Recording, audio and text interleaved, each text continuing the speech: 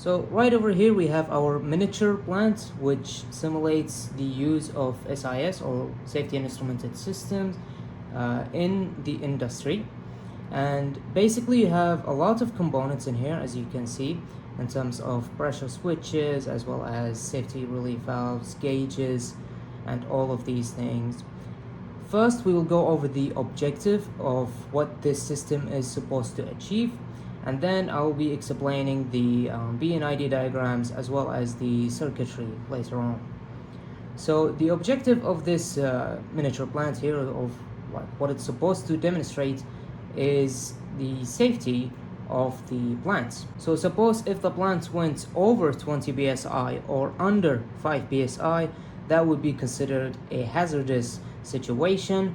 So the SIS will ensure that it never goes above or below those thresholds, and I will be demonstrating that by turning on the compressor. Now turning on the compressor will cause to pressurize this vessel right here and will cause the pressure to go up, and it's not supposed to go over 20 psi right here. So I'm gonna turn the compressor on,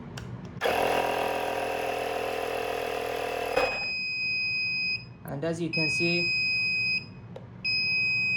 what happened is that it did not go above 20 psi. Now if I were to demonstrate with the lower threshold, which is 5 psi, I'm going to have to open the solenoid valve right here, and this will cause the vessel to depressurize by venting the air that is inside it, and it's not supposed to go below 5 psi. So as soon as I turn on the solenoid valve, you can see that it stopped at 5 psi. So now that we know that this miniature plant does the objective correctly, I will be explaining the working behind it by going over the P&ID diagram first. So right here we have the P&ID diagram for this miniature plant, and it mainly consists of 3 main loops, and the very first loop is 100. So the first component of that loop is T-100 right here. This is basically the vessel, as you can see in here. And then the next component we have is the compressor right here as K-100. This compressor is located right here basically.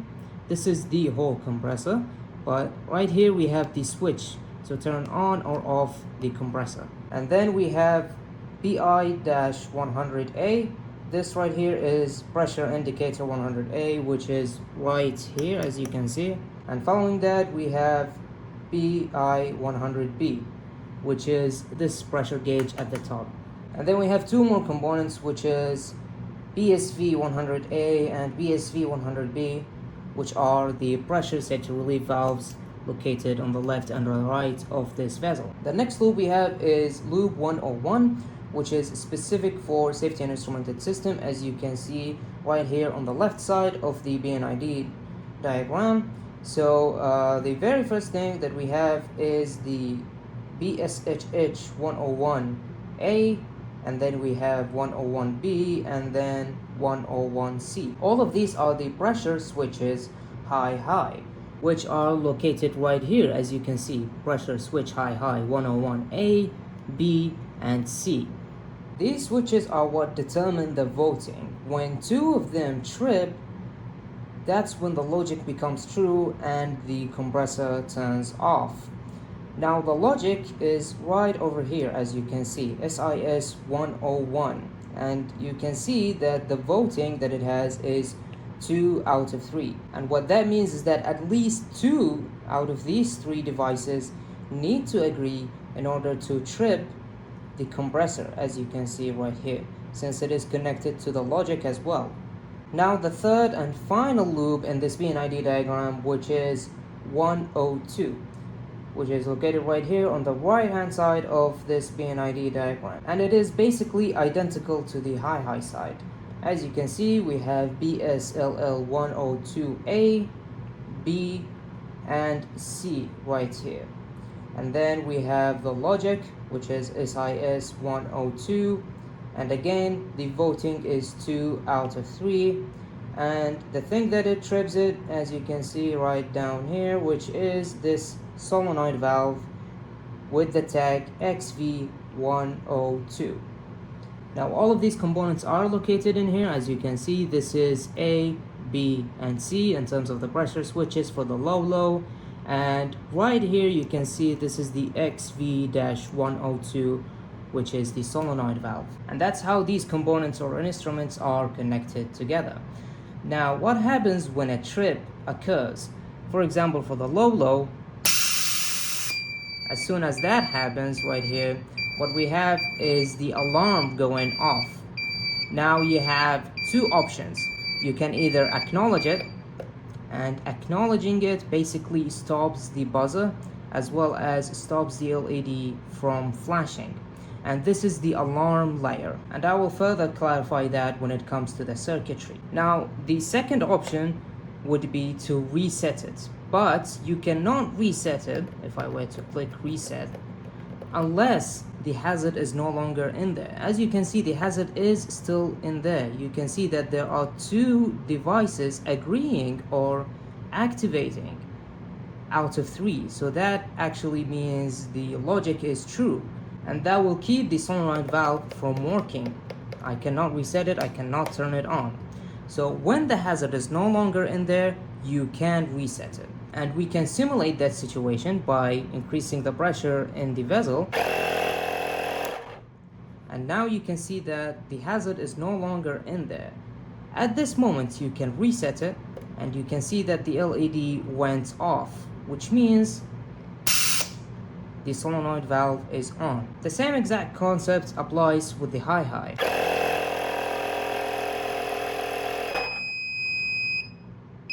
You can acknowledge it. Now the interesting thing is, because these pressure switches on the high side aren't exactly calibrated at 20 psi, sometimes you can reset the high side when there's only one device that is on, but you can only do it briefly before it trips again, as you can see right here, until the second one turns on and it activates the logic again. Nevertheless, you can never go above 20 psi. So now let's go over to the circuitry.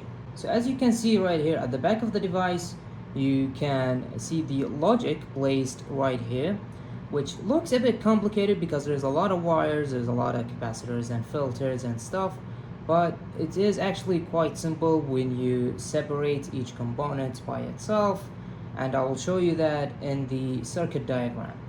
So right over here we have the circuit diagram for the high, and it is important to note that it is basically identical to the low side. As you can see, I'm switching between them right here. The only difference is that what we are tripping on the high side is the compressor, as you can see right here, but on the low what we are tripping is the solenoid valve. So let's go over how this circuitry works. It starts right here at the top left of the circuit diagram, where the logic for our SIS, the 2 out of 3 voting, starts. So right here, each one of these switches basically represents the pressure switch. And these LEDs right here are the yellow LEDs that you have seen placed on each pressure switch right here. Now let us suppose that one of these devices agree, while the other two stays as 0. Let's check the logic whether it would work or not. So right here you have 1, and as well as in here. And then for the rest of the AND inputs, we have zeros basically. At the output of each AND gate, we will get 0 in here, and we will have 0, and right here we will have 0. And at the end, we will get 0. So for these inputs right here, the logic is basically false. Now let's check another possibility. Let's say that this switch is high, this switch is low, and this switch is high right here. Now what happens is that you will have 1 in here, and you will have 1 in here, and right here you will have 1 and in here you will have 1, and for these two you will have 0. So at the first AND gate you will get 0 basically, at the second AND gate you will have 1, and at the third AND gate you will have again 0. And at the output of the OR gate you will get 1, so the logic actually checks out. So next what happens here is that this logic goes into this area right here. Now this place right here is basically an SR latch, but it is built using NAND gates. And for an SR latch that's built using NAND gates, you basically have set and reset. And if you give the value of 0 to set, the output will stay as 1. If you give the value of 0 to the reset, the output will change to 0. So this is our set right here, and in here we have our reset. And you can see when previously this logic is 1, it will enter here as 1, then it will get inverted to 0, and that will set the output in here as 1. This is our Q, and this is our Q dash right here. So what about the reset? When does the reset happen? You can see that the reset is a switch right here, and basically when it is pressed you will get 1 in here. Okay, and supposedly there is a condition right here, and that is the hazard has to be no longer in there. So if this was still 1 right here, as you can see from the previous state, what will happen is that this will be 0. So right here the R will be set as 1, not as 0, which basically means that the latch is still high. This ensures that you cannot reset the plant unless the hazard is gone. So suppose that this is a 0 now. What will happen is that this will be also a 0, and right here we will have the S or the set as 1. Right down here these two will basically flip, this being 0 and this will be 1. And right now what will happen is that the R or reset will be 0, which will basically set the SR latch to low. Now let's take a look at the output of our SR latch and where it goes. As you can see right here we have a transistor with a base resistor of 470 ohm. What will happen here if this was high when the trip is actually active right here is that the transistor will basically be driven from its base. This will cause current to flow through it and the transistor acting as a switch. That will basically energize our relay right here. And since the relay contact is set as normally closed, what will happen is that it will open, causing the load to trip. At this point, the SIS side of things is basically done.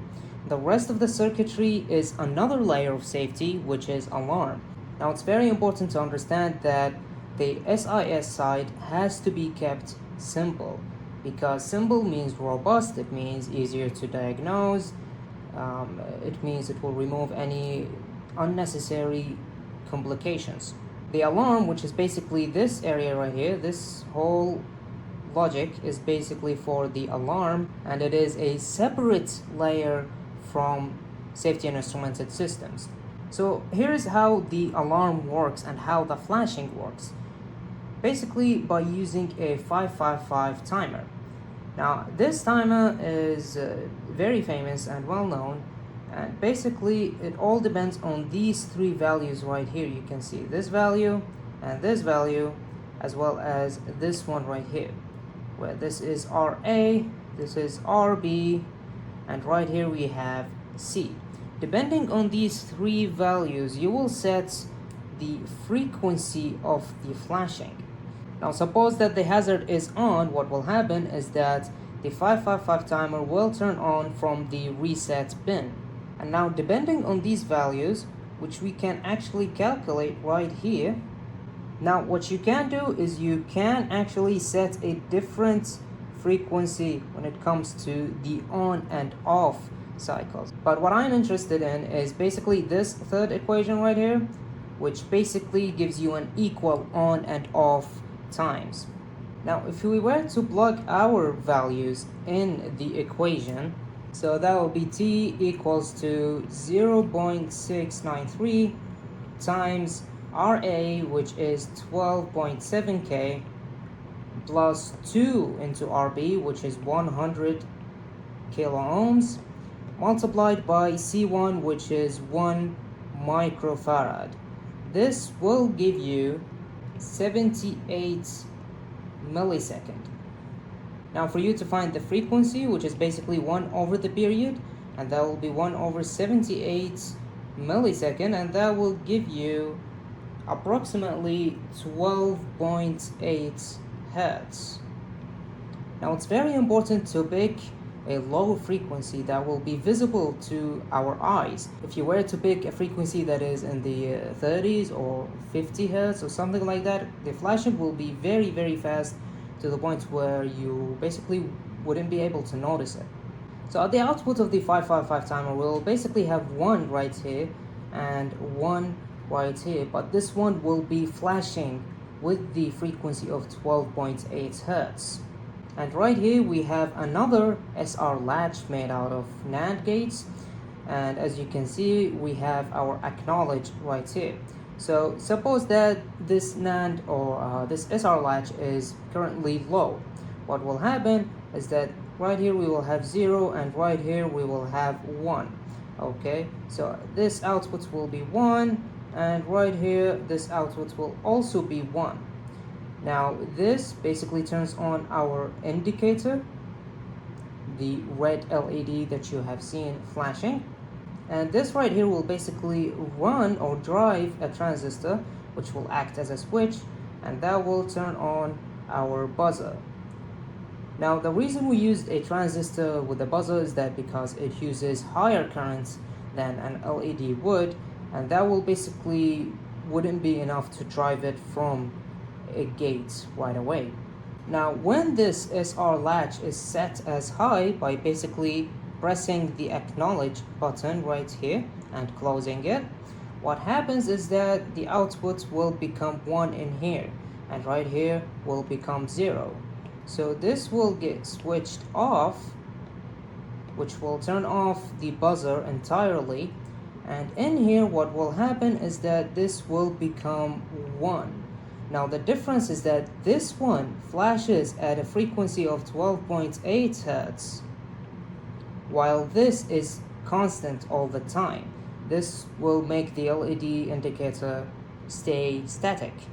And well, that's basically it for the circuitry. And you can see right here the components, the AND gates, the OR, the NOT gates, the 555 timers, as you can see right here with the values of their capacitors as well. We have the buzzers that we have talked about. Again, this kind of circuitry is kind of like split into half, where half of it is high and the other half is low. And you can see right here we have the relays that we have talked about. The high relay is rated for more amperage than the low one because the compressor actually takes much more current than the solenoid valve. And that's basically it for this miniature plant for SIS, or safety and instrumented system, when it comes to 2 out of 3 voting logic. And I do hope that you now understand how this logic works, in terms of the components and the instruments and how they are connected together, as well as the working behind the logic and the different layers of safety when it comes to SIS and alarms, and the mechanical layer, which is the pressure safety relief valves. All of these different layers working together in the industry to keep the plant safe.